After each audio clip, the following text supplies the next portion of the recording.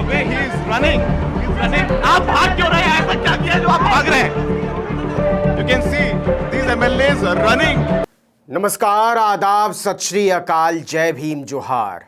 मेरा नाम है नवीन कुमार। यह तय है कि महाराष्ट्र की सरकार अब जा रही है, बल्कि यूं कहें कि जा चुकी है। आदित्य ठाकरे तो अपने ट्विटर बायो से मंत्री पद भी हटा चुके हैं। शिवसेना के विधायक शिवसेना भवन तक से गायब होते जा रहे हैं। विधायक छोड़ दीजिए, मंत्री तक नहीं मिल रहे मुख्यमंत्री से। केवल 72 घंटे के भीतर 56 विधायकों से 8 विधायकों की पार्टी में तब्दील होकर रह गई है शिवसेना।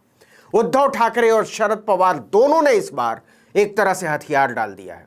सूरत से जारी खेला अब गुवाहाटी पहुंच चुका है, लेकिन जिस तरह से पुलिस और सीआईएसएफ के जवानों ने खींच कर बांह पकड़कर विधायकों को हवाई अड्डे के अंदर फेंका है, उसने बाल ठाकरे के चेलों की खाल उतार कर रख दी है। लेकिन शिवसेना के एक विधायक नितिन देशमुख ने जो आरोप लगाए हैं वो न केवल सनसनीखेज हैं, बल्कि दिल दहला देने वाले हैं। सूरत से जब विधायकों को गुवाहाटी के लिए बसों में भेड़ बकरी की तरह ठूसा जाने लगा, तो नितिन देशमुख मौका देखकर निकल गए। उनकी सांस फूल रही थी और वो बदहवास थे। महाराष्ट्र की महाअघाड़ी सरकार को गिराने के लिए भाजपा जिस स्तर पर चली गई है, वो राजनीति में नैतिकता के पतन का पाताल है। दरअसल सूरत के जिस होटल में शिवसेना के विधायकों को रखा गया था, उसके बाहर शिवसेना के बहुत सारे नेता और कार्यकर्ता भी जमा थे। इनमें सूरत के स्थानीय शिवसेना नेता परेश खेर भी थे। उन्होंने बताया कि नितिन देशमुख होटल से निकलकर भागते हुए एक चौराहे पर पहुंचे। वो इसलिए निकल गए कि बहुत सारे लोग उन्हें नहीं पहचानते थे। चौराहे पर आने के बाद उन्होंने हम लोगों से मुंबई जाने के लिए मदद मांगी। जब तक हम कोई फैसला कर पाते, पुलिस चौराहे पर पहुंच चुकी थी और वो नितिन देशमुख को घसीटते हुए होटल की तरफ ले जाने लगी। हम लोग भी उनके पीछे पीछे चल दिए, लेकिन होटल के बाहर हमें रोक दिया गया। इसके बाद संजय राउत ने यह कहकर मीडिया में सनसनी मचा दी कि सूरत के होटल में हमारे विधायक नितिन देशमुख को हार्ट अटैक आया है, लेकिन भाजपा के लोग उन्हें बंधक बनाकर रखे हुए हैं। इसके बाद भाजपा नेताओं के हाथ पांव फूल गए। उन्हें आनन फानन में अस्पताल में भर्ती कराया गया, लेकिन अस्पताल से भागकर नागपुर पहुंचे विधायक नितिन देशमुख ने बताया कि मुझे अस्पताल ले जाने के बाद 20 से 25 लोगों ने जबरन पकड़ लिया और इंजेक्शन लगाने लगे। मैंने पूछा कि यह किस बात का इंजेक्शन है। मैं नहीं लगाना चाहता, मुझे और मेरे परिवार को पहले इसके बारे में बताया जाए। लेकिन नितिन देशमुख के मुताबिक वो लोग नहीं माने और जबरदस्ती इंजेक्शन लगा दिया। ये इंजेक्शन क्या थे मुझे नहीं पता। उन्होंने आगे बताया कि मुझे बेहोश करने की कोशिश की गई, जिससे मैं कुछ भी समझ ना पाऊं। लेकिन मैं उद्धव ठाकरे का शिवसैनिक था, शिवसेना में हूं और रहूंगा। शिवसेना ने दावा किया कि होटल में जब नितिन मुंबई जाने को लेकर हंगामा कर रहे थे, तो पुलिस अधिकारियों ने उन्हें घसीटा और पीटा। गुजरात से छपने वाले अखबार भास्कर ने भी अपनी रिपोर्ट में बताया है कि होटल में हंगामे के दौरान लोकल पुलिस ऑफिसर और विधायक नितिन देशमुख के बीच हाथापाई हुई, जिसके बाद नितिन को अस्पताल में भर्ती कराने की नौबत आ गई। अस्पताल से नितिन देशमुख भाग खड़े हुए और सीधे नागपुर पहुंचे। आपको बता दें कि नितिन देशमुख अकोला से विधायक हैं।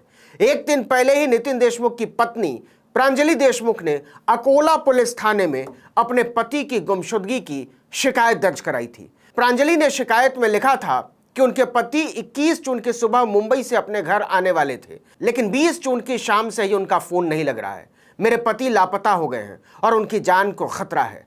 इसके बाद भाजपा नितिन देशमुख को लेकर सतर्क हो गई थी। इसी के बाद देशमुख को अस्पताल में दाखिल कराया गया और आरोपों के मुताबिक उन्हें 20-25 लोगों ने जबरदस्ती पकड़कर इंजेक्शन लगा दिया। संजय राउत ने आरोप लगाया कि उनके 9 विधायकों का अपहरण कर लिया गया है। पुलिस इस मामले की पूरी जांच करेगी। हमारे 9 विधायक वापस मुंबई आना चाहते हैं, लेकिन उन्हें वापस नहीं आने दिया जा रहा है। इधर सूरत में पत्रकारों और मीडिया का जमावड़ा बढ़ते देखकर भाजपा ने 40 विधायकों को सूरत से एयरलिफ्ट करके गुवाहाटी की फ्लाइट में फेंक दिया। बगावत के सूत्रधार एकनाथ शिंदे समेत 40 बागी विधायक स्पेशल फ्लाइट से गुवाहाटी पहुंचे। भाजपा के नेताओं ने उन्हें रिसीव किया। एयरपोर्ट के बाहर 3 बसों से उन्हें होटल ले जाया गया। इस दौरान सुरक्षा के कड़े इंतजाम किए गए थे।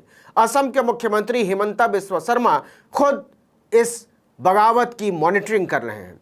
अब तमाशा देखिए, सूरत से गुवाहाटी पहुंच चुके एकनाथ शिंदे अब अपने साथ 46 विधायकों के होने का दावा कर रहे हैं। इनमें से 33 विधायक शिवसेना के हैं। शिवसेना के 2 विधायक संजय राठौर और जोगेश कदम मुंबई की फ्लाइट से गुवाहाटी पहुंचे, यानी शिवसेना के बागियों की संख्या हो गई 35। 2 और विधायकों का इंतजार किया जा रहा है। कहा जा रहा है कि वो भी गुवाहाटी के रास्ते में ही है। एकनाथ शिंदे खुद गुवाहाटी के होटल रेडिसन ब्लू में मौजूद हैं और उनका दावा है कि शिवसेना के 40 विधायक उनके साथ हैं। इसका अर्थ यह हुआ कि ये विधायक दल बदल कानून के दायरे में अब नहीं आएंगे, मतलब उनकी सदस्यता नहीं जा सकती। लेकिन एकनाथ शिंदे साथ में यह भी कह रहे हैं कि हम शिवसेना से अलग नहीं होंगे। इसका मतलब क्या निकलता है? इसे लेकर भारी उथल पुथल मची हुई है। देखिए कि शिंदे ने अपने साथ कम से कम 46 विधायकों के होने का दावा किया है।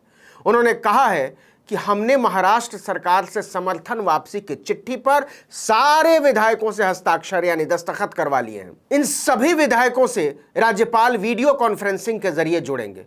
मतलब महाराष्ट्र में सरकार बनाने बिगाड़ने का पूरा खेल असम से संचालित हो रहा है।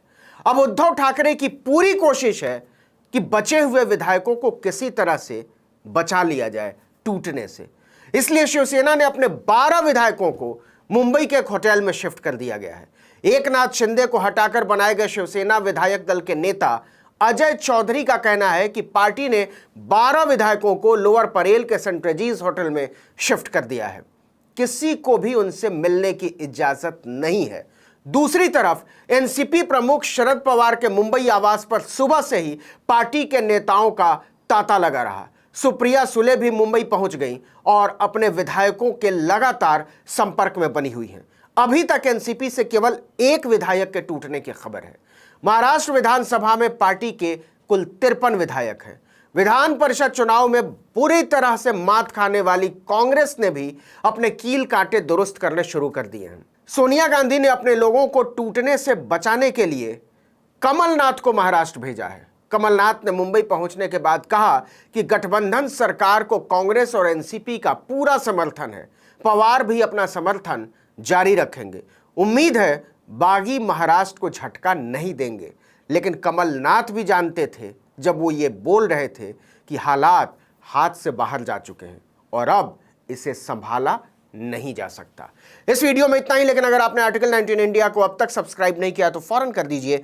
बेल आइकॉन दबाइए, घंटी जैसी आकृति, लाइक कीजिए और कमेंट करके बताइए हमारा वीडियो आपको कैसा लगा। अगर यूट्यूब पर देख रहे हैं तो हमारे चैनल को सब्सक्राइब कर लीजिए, फेसबुक पर देख रहे हैं तो हमारे पेज को लाइक कर लीजिए, इंस्टाग्राम पर फॉलो कर लीजिए और हमारा ट्विटर हैंडल है article19_India। इसको भी आप फॉलो कर सकते हैं। नमस्कार।